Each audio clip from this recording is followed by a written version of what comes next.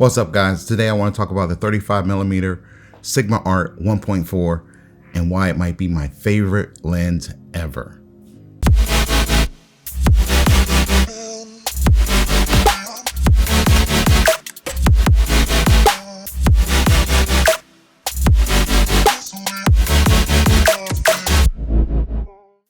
Hey guys, welcome to the channel. If this is your first time here, my channel is about filmmaking, tips, and tech. Now, I want to start off the video by saying this is not sponsored. I'm not sponsored. I haven't been sent this lens. It's something I bought on my own. It's something I love on my own. And I want to tell you why it's my favorite lens ever. If after watching this video, you feel like this lens is a perfect fit for you, I'll have a link in the description below where you can pick it up, and let's get to it. So this lens, it's my favorite lens. It's the lens that I keep on my camera probably 90% of the time for the filmmaking that I do. I like the 35mm look. I like the way it comes across the screen, and it's what I use 9 out of 10 times.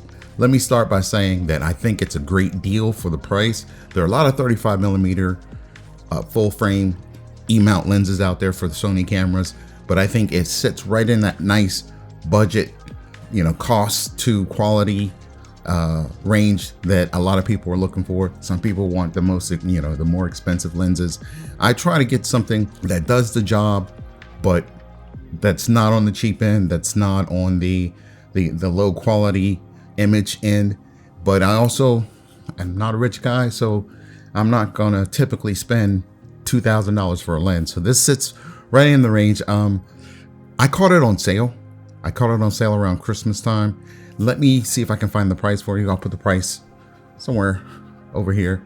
But if you wait, a lot of times you can catch it for $100 off with B&H or Adorama or Amazon, wherever you shop. So a lot of times the lens will go on sale. Let's move on to the build quality.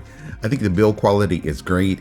It's not a really heavy lens. It's not a super light lens either. Again, it sits in the middle, and the mount itself is metal. Of course, it's typically going to be for the price that you're paying.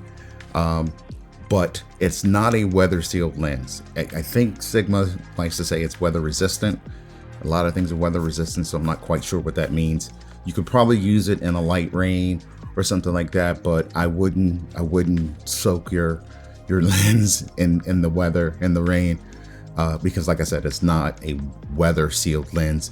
But for my uses, I'm rarely gonna be out in pouring down rain shooting, so it works for me. I found that the autofocus is super quick, especially for a Sigma lens. Not that Sigma lenses are bad, but a lot of times when you get a third-party lens, they don't always work well with the Sony autofocus, and I think that the Sigma Art works perfectly. The autofocus is nice and quick, and the manual focus on the lens, it's nice and smooth. It's not the greatest manual focus, but it's a nice big grip, and I find it nice and smooth. It works for my purposes. But the lens itself does not come with an aperture ring. That's not a deal breaker for me, but for some people that might be a big deal. So if you're looking for something with a aperture ring on it, I believe the Sigma Art 1.2 has a nice, smooth, declickable aperture ring, but the 35mm 1.4 does not.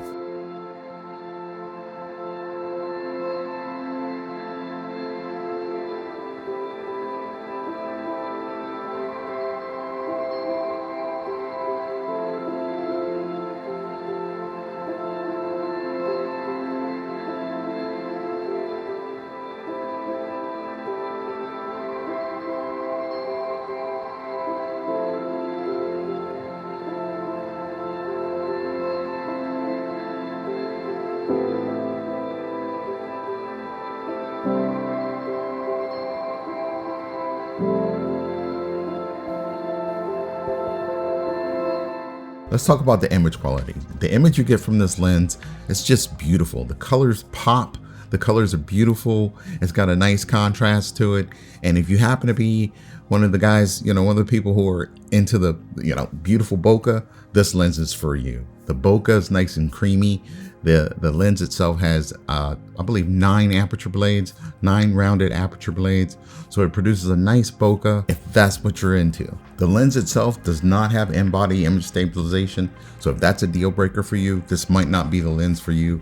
But for me, I shoot on the A7 III and the A7S III. And they both have in-body image stabilization. So for me, it's not a problem.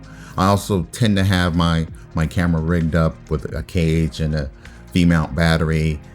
And when you're set up like that, you usually have a nice weight to your kit. So image shake isn't that big of a deal, and not that big of an issue that I have to fight with. Or either that, I'm using a gimbal. And of course, it doesn't matter if you're using a gimbal. So if optical stabilization is something that you need for your workflow, then this lens is probably not the lens for you. Anyway, that about does it for this video. I appreciate you guys for watching. Thank you for watching. I'll have a link below to the lens for those that are interested in it. Also links to other gear. I get questions about gear that I use. So there's also links below for various gear in my kit, in my bag. So check those out, and please like and subscribe, and I will see you guys in the next video. Peace.